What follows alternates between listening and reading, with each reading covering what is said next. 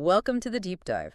So, when you think about the birth of the U.S. Constitution, Philadelphia, right. Grand debates, the big names. exactly, you probably picture powerhouse states, Virginia, maybe New York, wrestling with these incredibly complex ideas.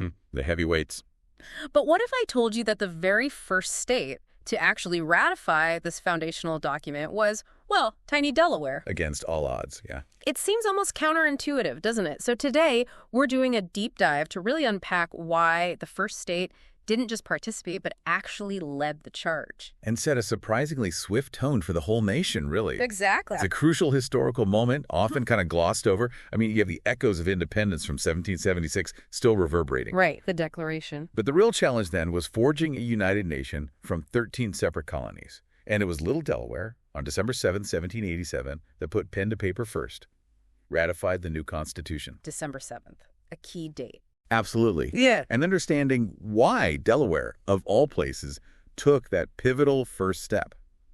Well, that's what this deep dive is all about. Okay, let's set the scene for you. We're talking the late 1700s. It's a time of immense uncertainty.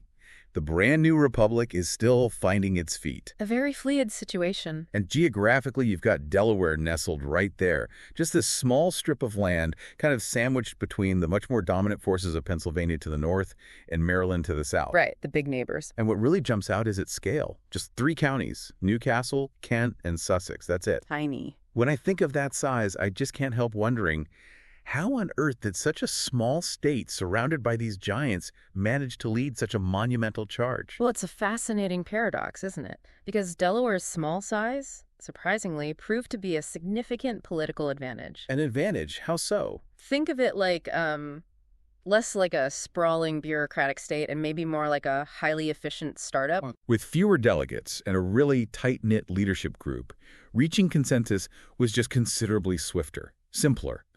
Much easier than in the larger, more diverse colonies. Which were often bogged down in arguments. Exactly. They often grappled with deep internal divisions. And there's another layer, too, within those 3 counties. Yeah. You had strong Quaker and Presbyterian communities.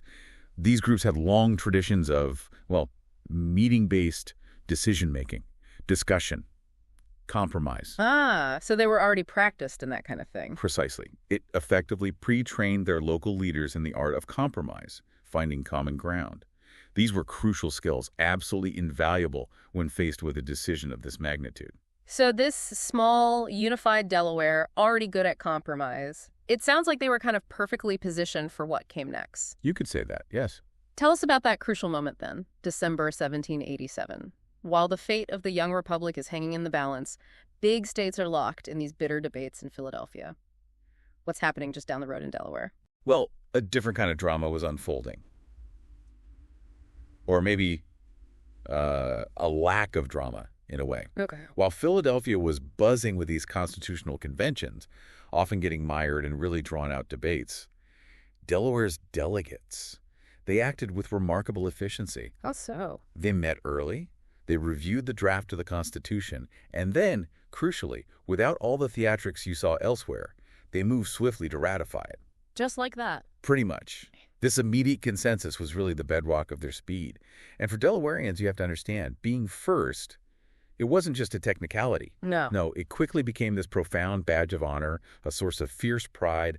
They actively promoted the first state everywhere you saw it, on official seals, on letterheads. Oh, like early state branding. Exactly. It was an early form of state branding that, still resonates powerfully today. And we shouldn't underestimate their strategic location either. Being so close to Philly. Right. Being so close to Philadelphia, the emerging political nerve center, meant Delaware was constantly plugged into the action, so to speak. Okay, they had their finger on the pulse. Definitely. This proximity, it didn't just stir their enthusiasm, it maybe even created a bit of a dynamic, perhaps a friendly competition with their larger neighbors. They were right there watching the birth of this new system. And they wanted in first. And they wanted to be an undeniable part of it, and they were. That's incredible. So let's zoom right in on that specific day. December 7th, 1787. Paint a picture for us. It's morning. The delegates gather in Newcastle County. What was the atmosphere like? What actually happened? No theatrics, you said. Imagine the scene. Probably a crisp Delaware morning, right? But the air inside that Newcastle County building, it must have been thick with anticipation. You'd think so. This wasn't just another legislative session. This was the moment a nation's future really began to solidify. So the delegates, they embarked on this methodical, article-by-article review of the proposed Constitution. Going through it carefully. Very carefully. But what's truly striking about the debate that day is its character. It was short, it was reportedly friendly, focused, and incredibly efficient. Wow. Short and friendly. For the Constitution. Relatively speaking, yes. And when the vote was tallied, it was decisive. 11 delegates in favor, only 4 against. Only 4 against. That's it. That's it. In an era known for fierce political division, that's remarkably unified, isn't it? It really tells you something. It really does. No endless arguments, then. No filibusters. Yeah. No last-minute amendments debated until dawn. Just swift, decisive action. And Delaware's move, it ignited this spark of confidence. It set a clear, positive tone that other colonies would soon follow. Giving the Constitution that critical early momentum. Exactly. That initial boost was so important. It really makes you wonder, doesn't it, if we've maybe lost some of that knack for quick consensus building over the centuries. That's a really interesting point, absolutely. So what did this pioneering step being first actually mean for Delaware's lasting imprint? What were the consequences, immediate and long-term? Well, immediately, Delaware's swift yes created significant symbolic momentum. It was like proof of concept. Showing it could be done. Precisely. It showed ratification was possible and definitely encouraged other states that might have been wavering. It also helped build crucial early confidence in the new federal government. Right, demonstrating that the proposed system could actually work and gain support. Yes, and this isn't just some dusty historical footnote. If you visit Delaware today, you still see the first state proudly emblazoned everywhere. Oh yeah, license plates, tourism. Exactly. Tourism materials, license plates, official documents. And this branding, it isn't just, boastful state pride. It directly ties back to that Revolution-era decision, their early national influence. So they've really leveraged that history. They essentially invented modern state marketing in a way. They leveraged this unique historical first into a fundamental part of their identity and, frankly, their economic appeal, especially in areas like business incorporation and law. Fascinating. Okay, so bringing us right up to today, 2025. Why does this story of Delaware, this tiny state acting with such clear purpose, still matter? What are the key takeaways from this deep dive that resonate now?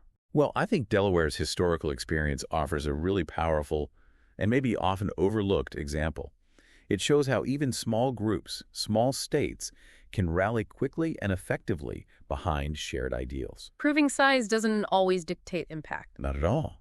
And that historical brand heritage, being the first state, it continues to give Delaware this ongoing sense of pride, a distinct identity, which, as we said, they've masterfully leveraged across business, law, tourism. Still paying dividends. Absolutely.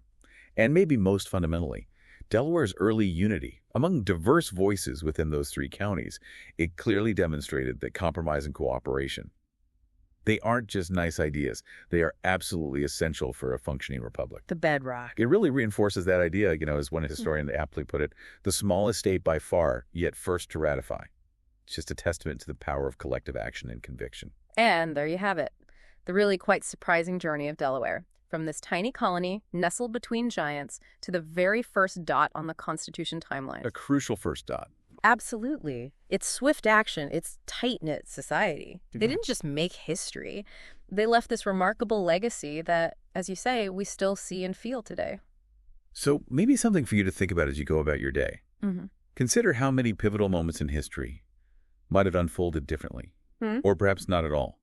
Without the swift, often kind of unheralded actions of seemingly smaller players acting with real conviction, real unity, what other firsts shaped our world in profound ways that we often overlook just because they weren't the loudest or the largest voices in the room?